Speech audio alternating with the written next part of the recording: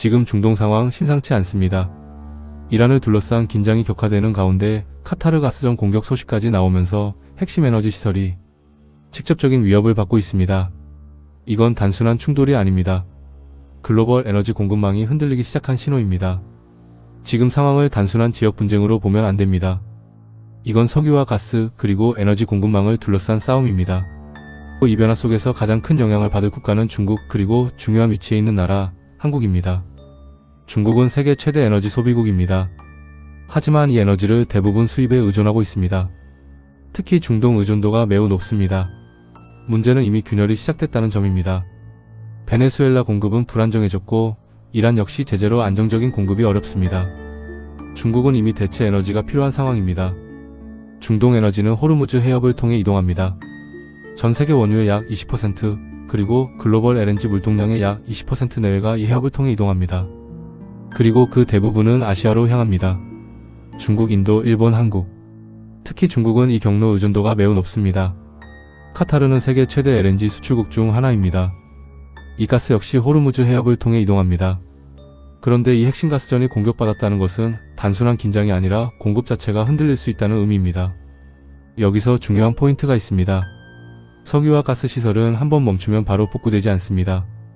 압력과 흐름이 유지되어야 하기 때문에 손상이 발생하면 정상 가동까지 수주에서 수개월이 걸릴 수 있습니다. 단 한 번의 공격이 장기적인 공급 부족으로 이어질 수 있습니다. 이란이 중동 주변국의 에너지 시설을 타격할수록 시장에는 단순한 불안이 아니라 공급 쇼크가 발생합니다. 유가는 급등하고 가스 가격은 폭등합니다. 이 순간 시장은 하나의 방향으로 움직입니다. 안정적인 공급원 찾기. 여기서 한 가지 더 주목해야 합니다. 이란의 석유 수출 대부분을 담당하는 핵심 거점 카르그 섬은 단순한 시설이 아니라 이란 전쟁을 유지하는 돈줄입니다. 이 섬에서 나오는 수출이 흔들리면 이란의 재정과 군사 지속 능력 자체가 크게 흔들릴 수 있습니다. 불과 며칠 전 보도에서도 카르그 섬 인근에서 정유시설은 유지한 채 군사시설만 정밀 타격하는 움직임이 확인되고 있습니다. 이건 단순한 군사 행동이 아닙니다. 에너지 공급은 유지하면서 동시에 상대의 돈줄과 군사력을 압박하는 전략입니다. 즉 시장을 무너뜨리지 않으면서 통제력만 가져가려는 움직임입니다. 결국 이것은 전쟁 자금 압박과 에너지 흐름 통제 두 가지를 동시에 노리는 전략입니다. 그리고 이 지점에서 미국이 등장합니다. 그 대체 공급원이 바로 미국입니다. 미국은 천연가스를 수입하던 나라였는데 미국 안에서 셰일가스가 터지면서 상황이 완전히 달라졌습니다. 미국에서 쓰고도 남는 천연가스가 많아지면서 이제는 천연가스를 수출하는 나라가 됐습니다.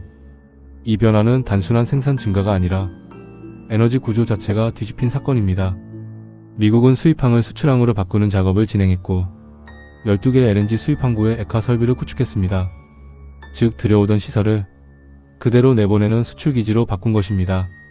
현재 미국에는 7개 LNG 수출 터미널이 가동 중이며 5개 터미널이 추가로 건설 중입니다. 그리고 17개 터미널이 승인 절차를 마치고 2025년 4월 기준 승인 완료 상태입니다. 이 인프라 확장으로 인해 미국의 LNG 공급 능력은 빠르게 증가하고 있습니다.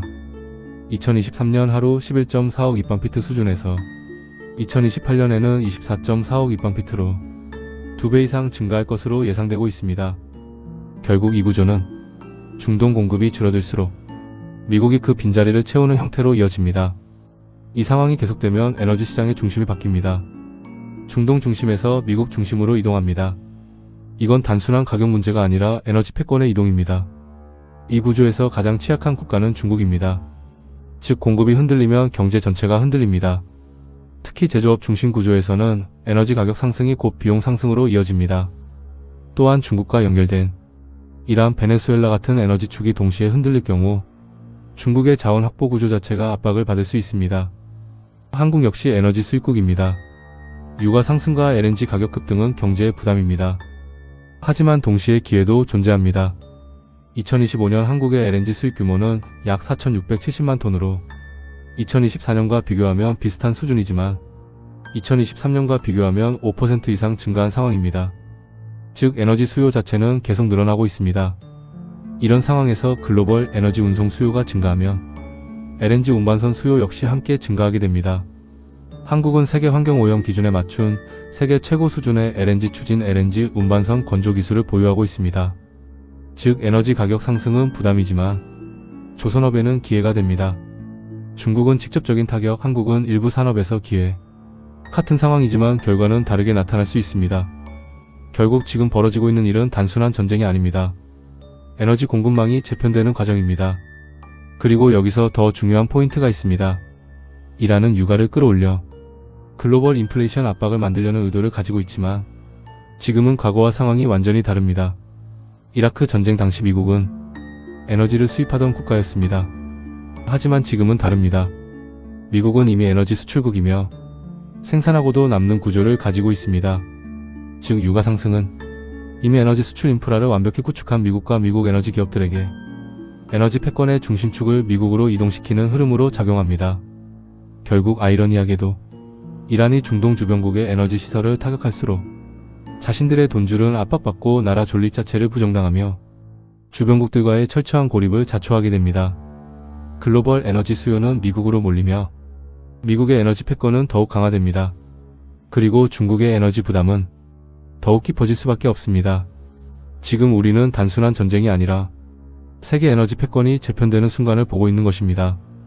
긴박하게 시시각각 변하는 국제 정세를 냉철하게 판단하고 핵심을 꿰뚫어 자신만의 탄탄한 투자 원칙과 접목하여 성공한 투자자가 되는 길, 이 채널이 길잡이가 되겠습니다. 다음 영상은 더욱더 심층 있는 분석으로 찾아뵙겠습니다. 끝까지 시청해주셔서 감사합니다.